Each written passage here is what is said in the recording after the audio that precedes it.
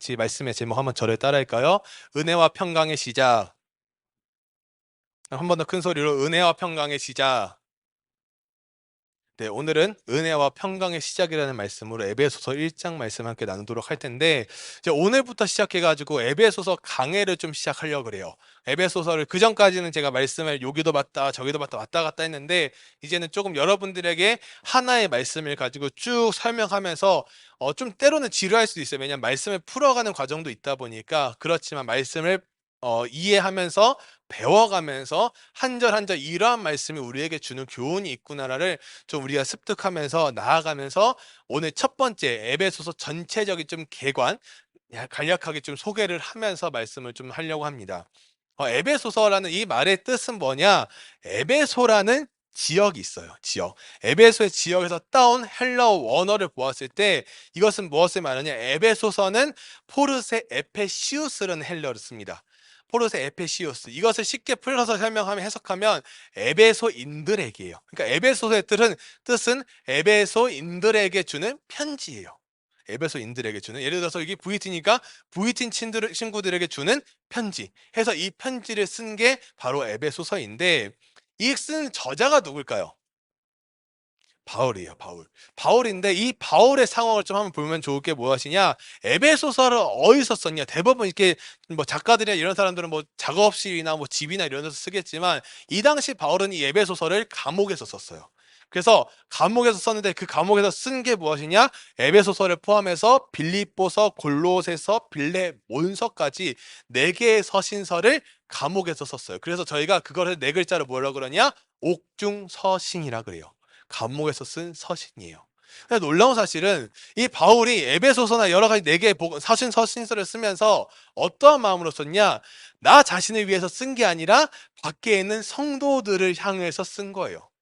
지금 내 상황이, 사실은 여러분 감옥에 있으면 행복할까요? 불행할까요? 기분이 좋을까요? 당연히 기분 안 좋겠죠. 그리고 그때 뭐 수없이 또 맞을 테고 수없이 고문도 당할 테고 엄청 힘든 시간을 보내고 있을 바울이 지금 무엇을 하고 있냐? 밖에 있는 성도들을 위하는 편지를 썼다는 거예요. 그 중 하나가 바로 오늘 함께 볼 에베소서라는 것이죠. 그럼 에베소서의 기록의 목적이 있겠죠. 어떠한 걸 가지고 에베소서 기록 목적을 썼냐?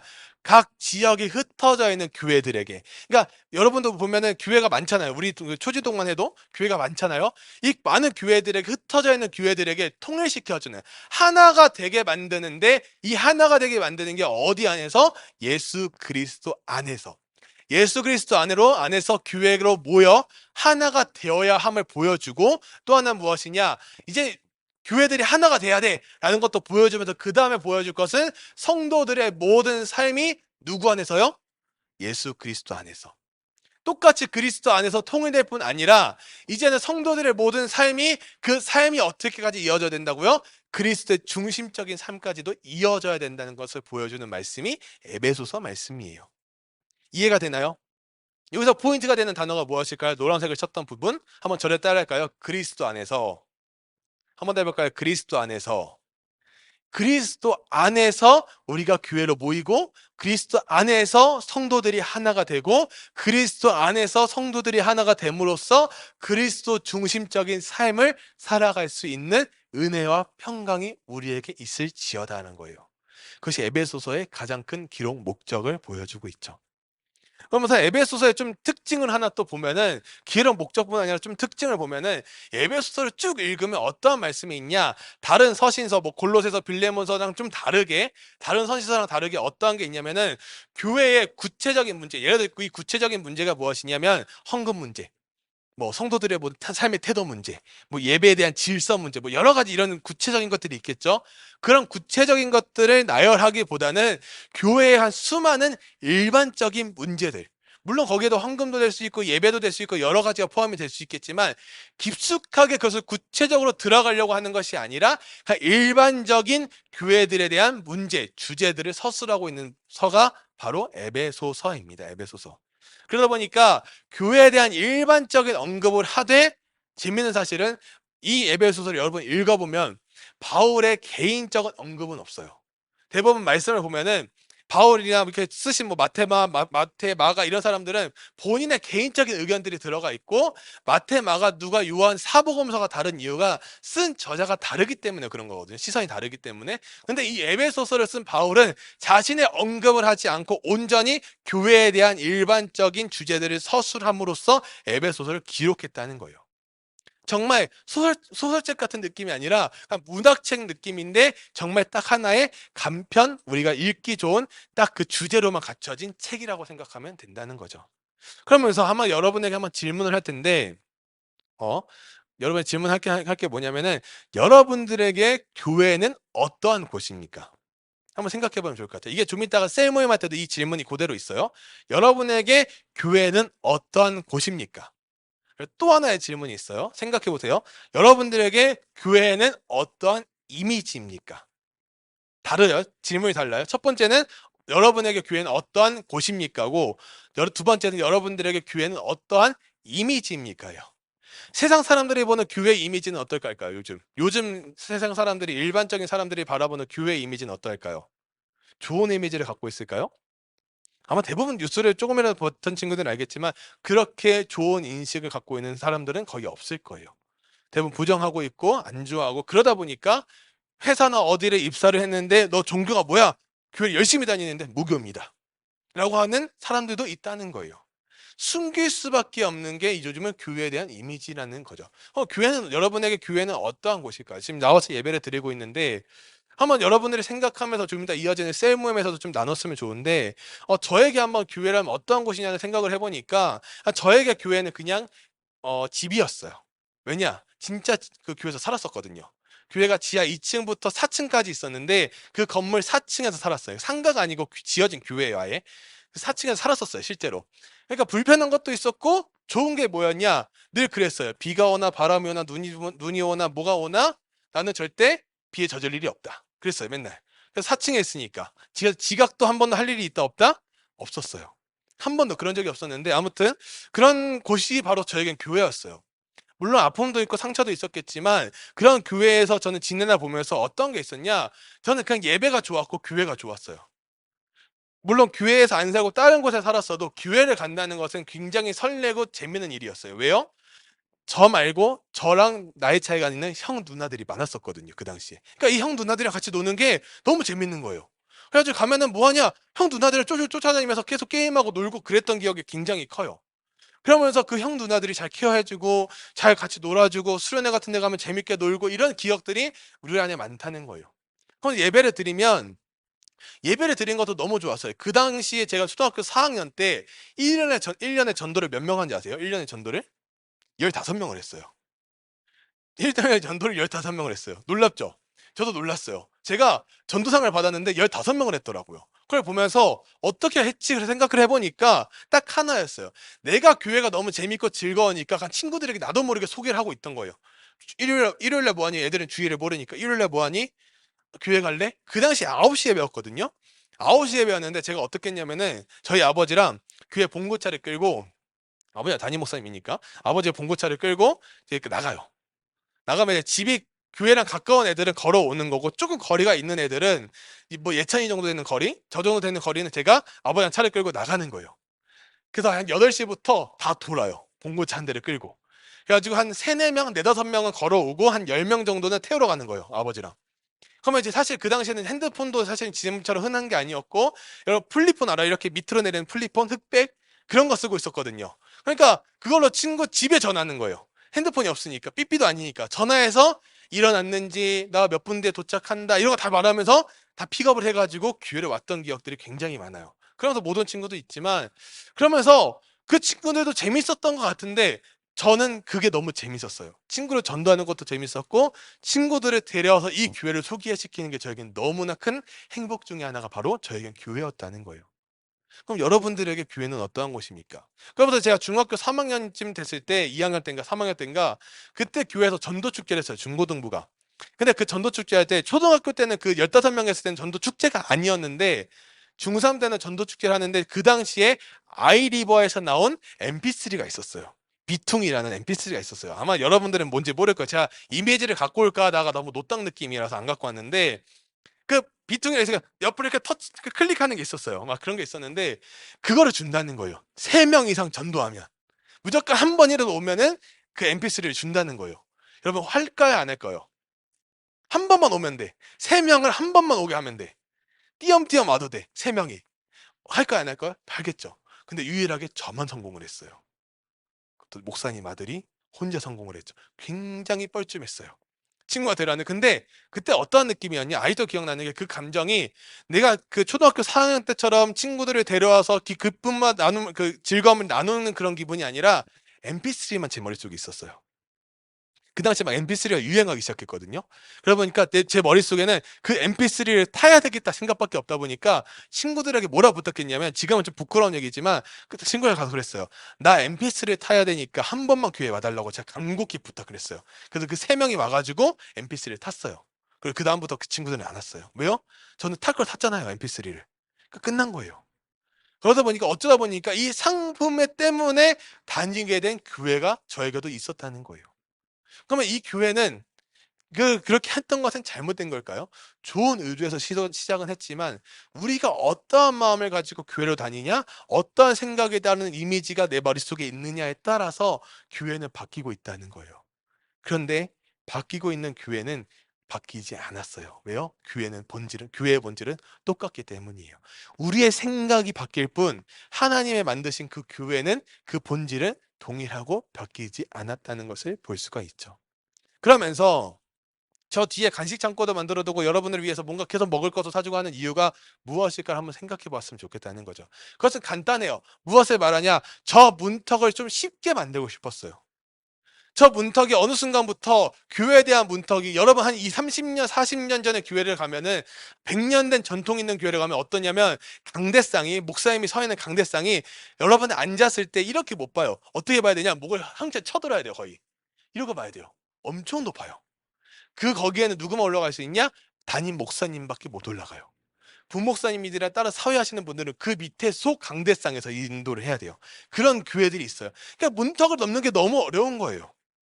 제가 예전에 군대를 제대하고 15년 하반기에 뭐가 있었냐면은 군대 제대하고 사실은 이제 사역도 안 하고 있었으니까 주일날은 저희 부모님 교회를 나갔는데 평일에는 그 생각이 드는 거예요. 한번 다른 걸 한번 가봐야 되겠다. 나도 탐방을 좀 해봐야 좀 다른 것도 보고 배워봐야지 좋겠다 싶어서 큰 교회들 위주로 다니기 시작했어요. 일부러.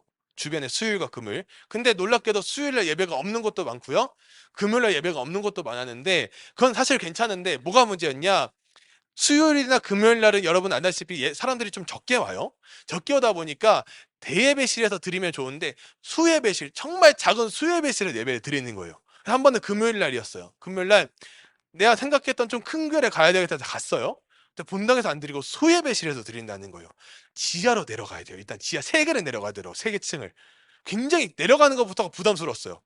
내려갔는데 내려가자마자 신발을 벗고 들어가야 돼. 안에 사람이 너무 꽉 차 있는 거예요. 꽉 차 있는 게 공간이 넓은데 사람이 많은 게 아니라 공간이 좁은데 사람이 엄청 많은 거 알죠? 그런 너무 부담스러운 거예요. 들어가기가. 그래서 그때 느꼈죠. 아, 사람이 없어도 공간은 커야 되겠구나. 그래야 지나가다가 누가 와도 편하게 들어오지 지하 3개 층을 내려가고 그 신발 벗고 들어가는 게 저에겐 너무 거리감이 있는 거예요. 그래서 그때 느꼈죠. 이게 바로 문턱이구나. 아, 이 문턱을 넘어야 되는데 나부터도 이 문턱을 못 넘었구나라는 생각이 들었어요. 그래서 근데 그날 결국 예배 못 드리고 나와서 다른 교회를 갔어요. 그 기억이 아직도 있다는 거예요. 교회에 대한 문턱이 우리 안에서 어떻게 되어 있냐? 이미지나 모르는 것들이 어려워 넘기 힘들어라고 생각하고 있는 것들이 너무 많을 때가 많다는 것이죠.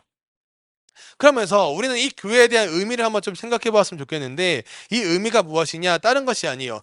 교회는 부활하신 예수님께서 머리 대신 자격으로 성령님을 통해 활동하는 기관이거든요. 그러니까 쉽게 좀 더 풀어서 설명하면은 교회는 무엇으로 세워졌냐? 예수 그리스도의 피로 세워졌어요. 왜요? 예수 그리스도의 피가 무엇입니까? 우리를 위해 십자가에 못 박혀 죽으신 그 예수님의 보혈의 피로 말미암아 세워진 게 바로 교회예요. 그러면 그 교회 안에서 우리는 무엇을 해야 될까요?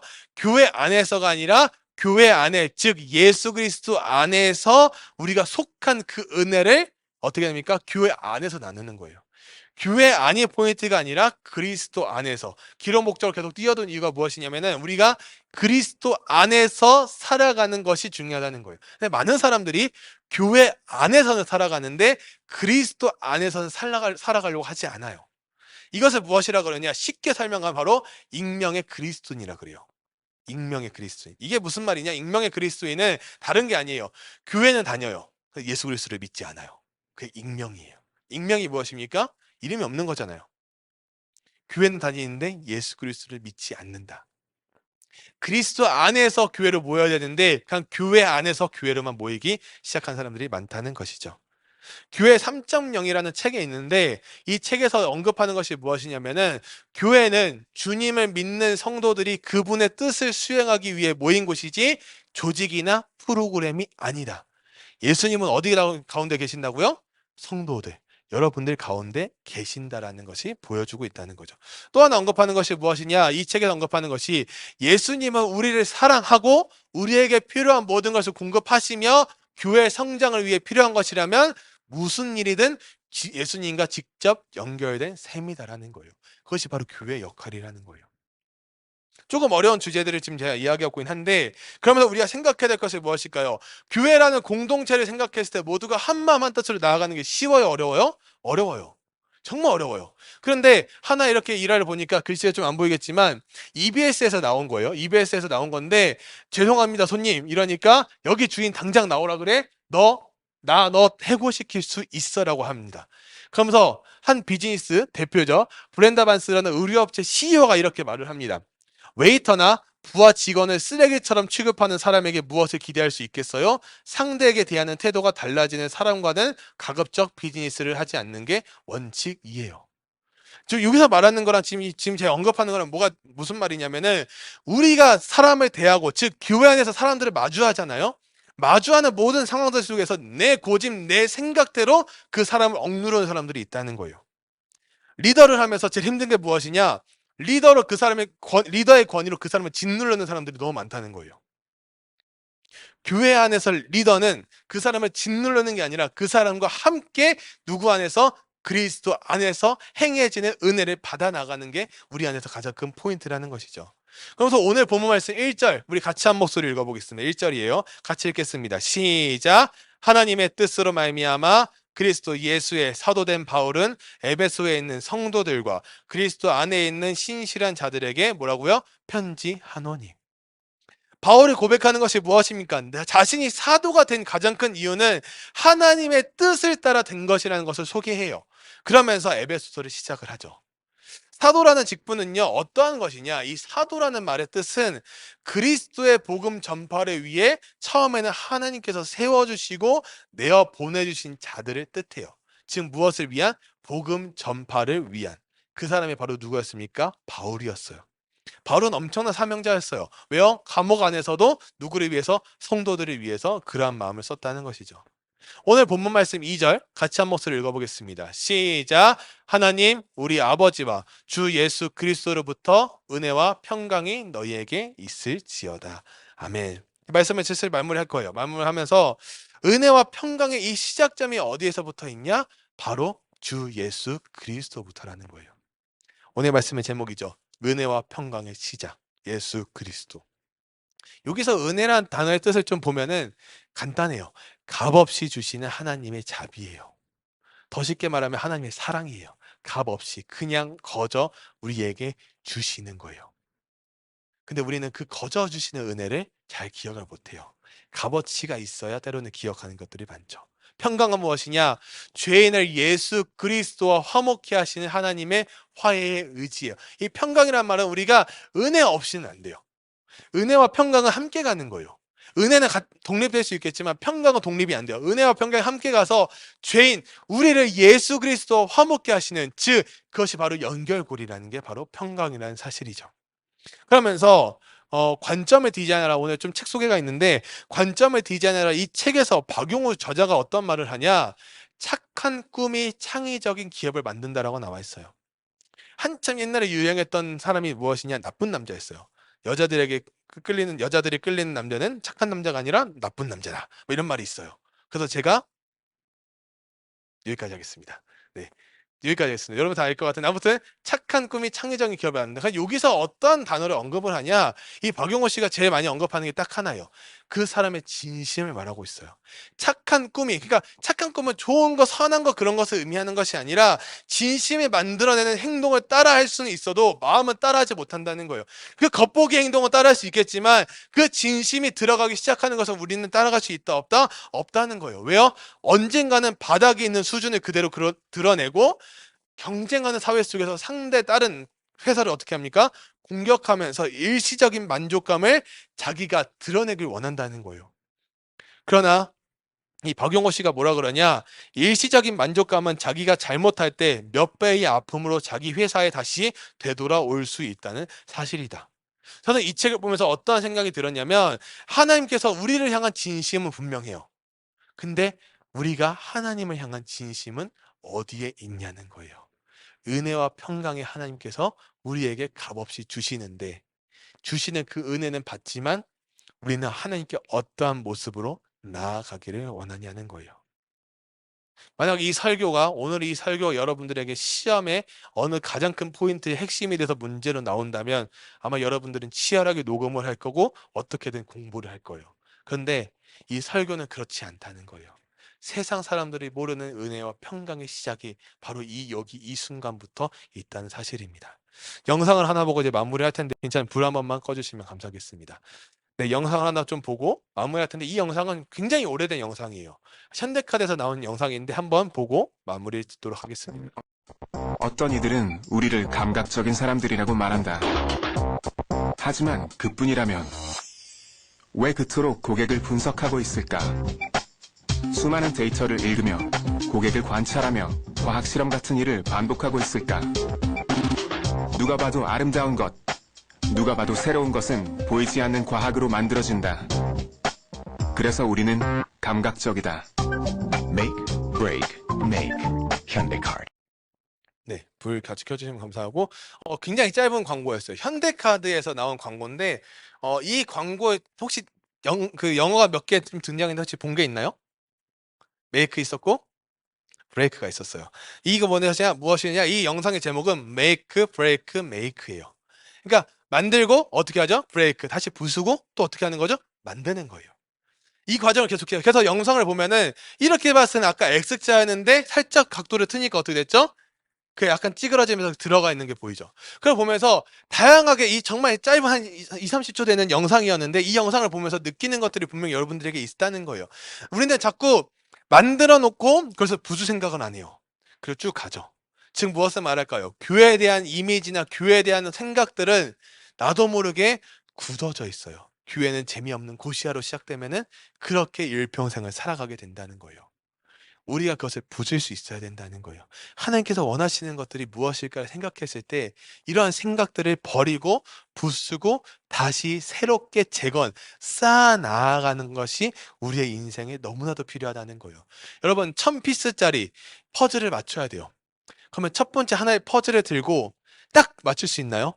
이것저것 막 두다 보면 이제 어떻게 얻어 걸리면 이제 들어가는 거고 아니면 계속 찾아야 될 거 아니에요. 1000피스짜리 하나를 처음 맞추는 그 과정까지는 엄청나게 시간이 걸려요. 그러나 999개를 맞춰놓고 마지막 한 개를 넣을 때는 어때요? 쉬워요? 어려워요? 굉장히 쉬워요. 우리가 생각해야 될 것은 무엇일까요? 우리의 인생 가운데 함께 하신 하나님은요. 우리가 생각했을 때 이 한 조각의 퍼즐을 맞추기 위해 우리가 이리저리 발 동동 구르며 열심히 뛰어다니는 오직 하나님을 찾으며 나아가길 바라는 것이 하나님께서 원하시는 인생이고 방향이라는 거예요. 그런 은혜와 평강의 시간들이 우리에게 있기를 소망하며 한번 따라할까요? 아멘. 제가 기도하고